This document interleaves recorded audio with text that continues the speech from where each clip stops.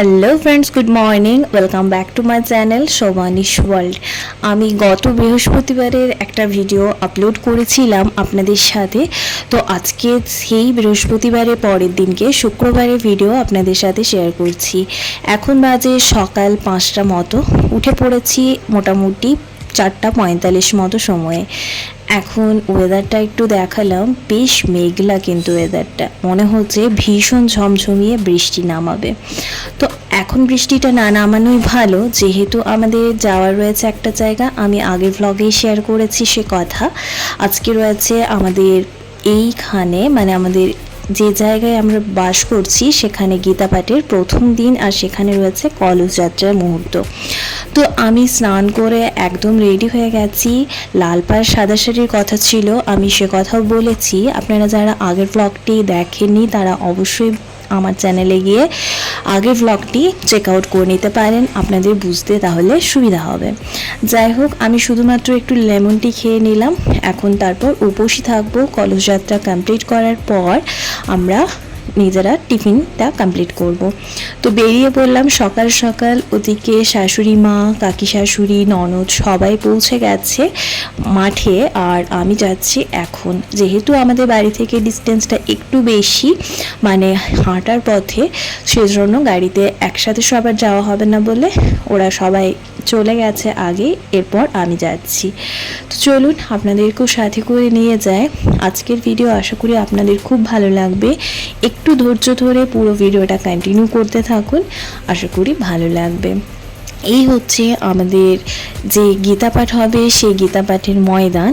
এটাকে আমাদের গোষ্ঠ ডাঙ্গাল বলে বা গোষ্ঠ ময়দান বলে। আসলে এখানে বলরাম প্রভুর নির্মিতে এখানে গোষ্ঠ মেলা আয়োজিত হয় ঠিক কার্তিক মাসে, মানে ভাইফোঁটার কালী পুজোর মোটামুটি অষ্টমঙ্গলা পেরিয়ে যাওয়ার পর। তো যাই হোক, এখানে মাঠটা যেহেতু বিশাল বড়, তাই এখানে বড় করে প্যান্ডেল করে এখানে আয়োজন করা হয়েছে এই গীতা পাঠের। তো সকাল 6টার সময় টাইম দেওয়া ছিল সকলকে এই ময়দানে উপস্থিত হওয়ার জন্য। তো এখন প্রায় 6:30 মতো বাজে। আমার আগে অনেকেই চলে এসেছেন, আর আমি আসার পরেও অনেকেই আসছেন। তো মোটামুটি এখন হয়তো শুরু হতে সময় লাগবে, যেহেতু এখন বলছে পুজো কমপ্লিট হবে, মানে যে গীতা পাঠের আগে যে গীতা পুজো হয় সেই পুজো কমপ্লিট হবে, তারপর কলস যাত্রা শুরু হবে। যাই হোক, সবাই মিলে এখন যাব কলস আনতে। এটা একটা বিশাল সুন্দর ব্যাপার, আর দেখতেও বড্ড সুন্দর লাগে। সবাই দেখুন বেশ লাল পাড় সাদা শাড়ি পরে আছে। সবাই মিলে একই রকম ড্রেস পরে থাকলে কিন্তু অসম্ভব সুন্দর লাগে দেখতে। তো এখানে বিবাহিত, অবিবাহিত, মানে কুমারী বা বিবাহিত মহিলারা মিলেই কিন্তু এখানে যাবেন জল আনতে। তো ওখানে লাইন করা হয়েছিল, তারপর পুজো কমপ্লিট হয়ে যাওয়ার পর যাবে জল আনতে। তো এখন লাইনটা পুরোপুরি সম্পূর্ণ হয়নি, যেহেতু আরও অনেকে আসছেন একটু লেট করে, তো তারাও এসে লাইনে যোগ দিচ্ছেন। মোটামুটি লাইনে প্রায় 1 ঘন্টা মতো দাঁড়িয়ে থাকার পর পুজো মোটামুটি কমপ্লিট হয়েছিল। তার আগে দেখিয়ে দিই আপনাদের পুরো প্যান্ডেলটা, কি বিশাল প্যান্ডেলের হয়েছে, মানে বিশাল আয়োজন হয়েছে। আমাদের এই গ্রামের ধারে পাশে যত গ্রাম রয়েছে তার সব গ্রামের তুলনায় এই উৎসবটি হচ্ছে সবথেকে বড় উৎসব। মানে এই রকম বড় উৎসব এখানে আগে কখনোই হয়নি। যাই হোক, সবাই লাইনে দাঁড়িয়ে আছি, এখন কলস যাত্রা শুরু হবে। ওদিকে তো ব্যান্ড পার্টি চলে এসেছে, আর এদিকে যে ঢাকের আয়োজন করা হয়েছিল সেই ঢাকও হাজির। এই ঢাক আর তার সাথে ব্যান্ড পার্টি নিয়ে যাওয়া হবে কলস যাত্রায়। আমাদের এই গোষ্ঠনাঙ্গাল থেকে হিংলো নদী পর্যন্ত যাওয়া হবে, মানে হিংলো নদী থেকে মেনলি জলটা আনা হবে।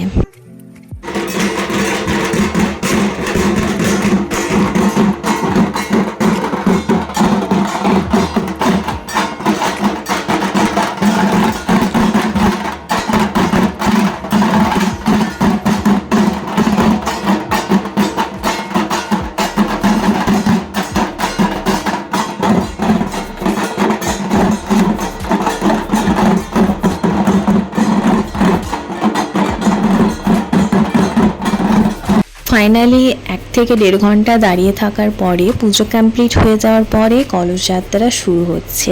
মানে সবাই মিলে জল আনতে যাচ্ছি এখন।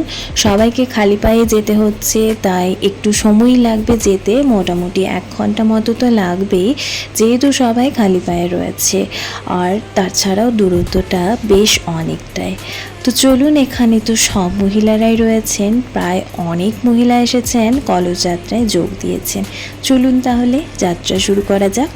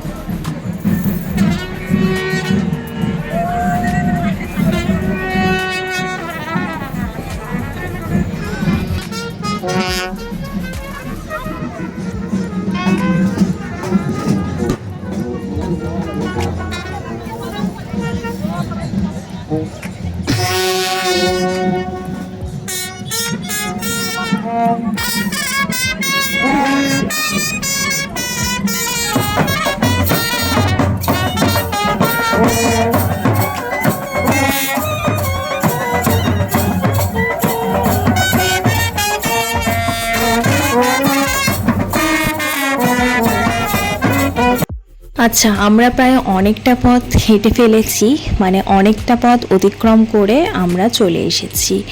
প্রায় মাঝামাঝি রাস্তায় রয়েছি। এখনও এখান থেকে নদী যাওয়ার পথ, আমরা যতটা রাস্তা পার করে এলাম এখনও ততটা রাস্তা। গ্রামের মেঠো পথ ধরে যাওয়া হচ্ছে, তার সাথে কাকড় মাটি যেহেতু রয়েছে সেজন্য পায়েও বেশ ভালোই লাগছিল। আর খালি পায়ে যেহেতু হাঁটা অভ্যেস নেই একদমই, সেজন্য কিন্তু একটু কষ্ট হচ্ছে বলতে পারেন।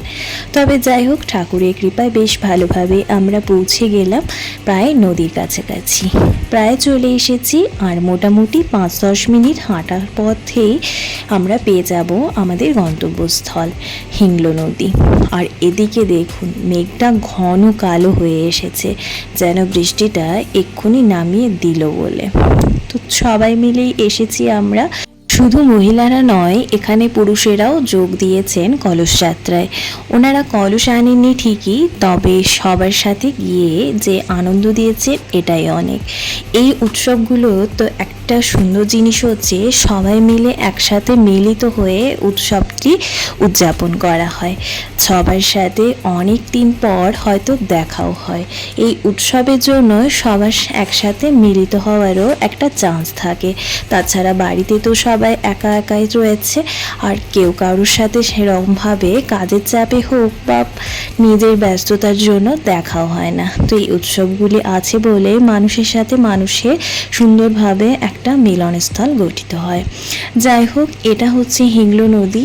এই জায়গাটায় বেশ ভালো রকম জল রয়েছে বলে এখানে পুজো করা হবে, যেটা ঘাট পুজো হয় মেনলি। তো এখানে পুজো কমপ্লিট হয়ে যাওয়ার পর এখান থেকে সবাই নিজের কলসে করে জল ভরে নিচ্ছেন। তারপর এখান থেকে আবার রওনা দিবেন যেখান থেকে আমরা যাত্রা শুরু করেছিলাম। তো আমাদের এখানে যে গীতাপাঠ অনুষ্ঠানটি অনুষ্ঠিত হচ্ছে, সেটা 7 দিন ব্যাপী অনুষ্ঠিত হবে। মানে এক বিশাল উৎসব শুরু হচ্ছে।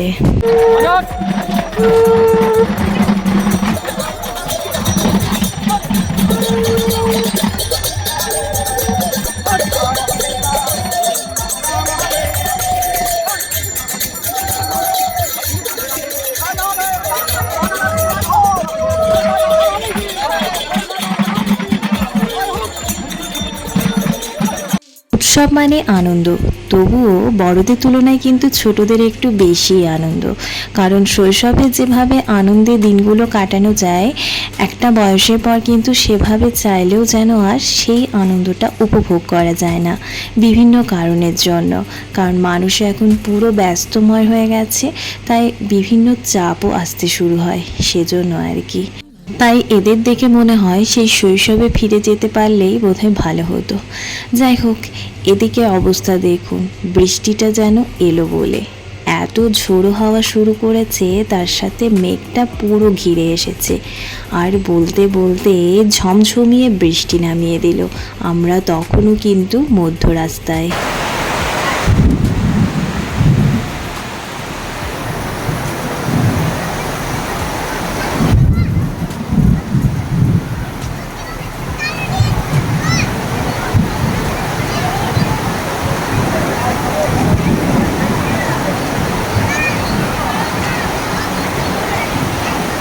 ঝমঝমিয়ে বৃষ্টি নামিয়েছে, তার সাথে প্রচুর জোরে জোরে বিদ্যুৎও চমকাচ্ছে। কি যে ভয় লাগছিল মাঝ রাস্তায়, কি বলবো। তবে ওই যে বলে না, ঠাকুরের কৃপা থাকলে কিচ্ছু হয় না। তো এত যে বিদ্যুৎ চমকাচ্ছিল, তবুও কিন্তু কোনো মানুষের কিচ্ছু হয়নি। এটা ঠাকুরের কৃপা ছাড়া আর কি বলবেন বলুন। যাই হোক, সকাল থেকে বৃষ্টিটা নামবে নামবে মনে হচ্ছিল, কিন্তু এই যে কলসানার মুহূর্তে বৃষ্টিটা নামাবে সেটা ভাবতে পারিনি। ভেবেছিলাম পৌঁছে যাব, তারপর হয়তো বৃষ্টিটা নামবে। যাই হোক, কলস যখন আমরা জলপুরে নিয়ে আসছিলাম সেই মুহূর্তে বৃষ্টিটা শুরু করেছে, তো সবাই একদম ভিজে স্নান হয়ে গেছে। সবাই তো সকাল থেকে বাড়িতে স্নান করে গেছে, আবার স্নান করা হয়ে গেল, সবাই ভিজে একদম অবস্থা খারাপ। তাই যে যেমনভাবে পারছে ছুটে ছুটে কলস নিয়ে কিন্তু নিজের নিজের গন্তব্যস্থলে পৌঁছানোর চেষ্টা করছে। আমরাও এলাম এইভাবেই ভিজে ভিজে। ফাইনালি এসে পৌঁছালাম আমরা প্যান্ডেলে। এই আগের যে ভিডিওটি দেখলেন, এটা মিস্টার ঘোষ করেছিল, ও তার আগেই চলে এসেছিল প্যান্ডেলে। কত বৃষ্টি হয়েছে দেখুন, পুরো কাদা হয়ে গেছে জায়গাটা। প্যান্ডেলের ভেতরেও কিন্তু জল প্রবেশ করে ফেলেছে। তো সবাই তো ভিজে অবস্থা খারাপ, সবাই এখন মাথায় যে কলস রয়েছে সেই কলস নিয়ে দাঁড়িয়ে রয়েছে। এই কলসগুলো একটা জায়গায় নামিয়ে নিয়ে এখানে রয়েছে টিফিনের ব্যবস্থা, তো সেই টিফিন নিয়ে সবাই নিজে নিজের বাড়ি ফিরবে। কেউ কেউ এখানে টিফিনটা কমপ্লিট করেও বাড়ি ফিরবে। কত মানুষের ভিড় দেখুন।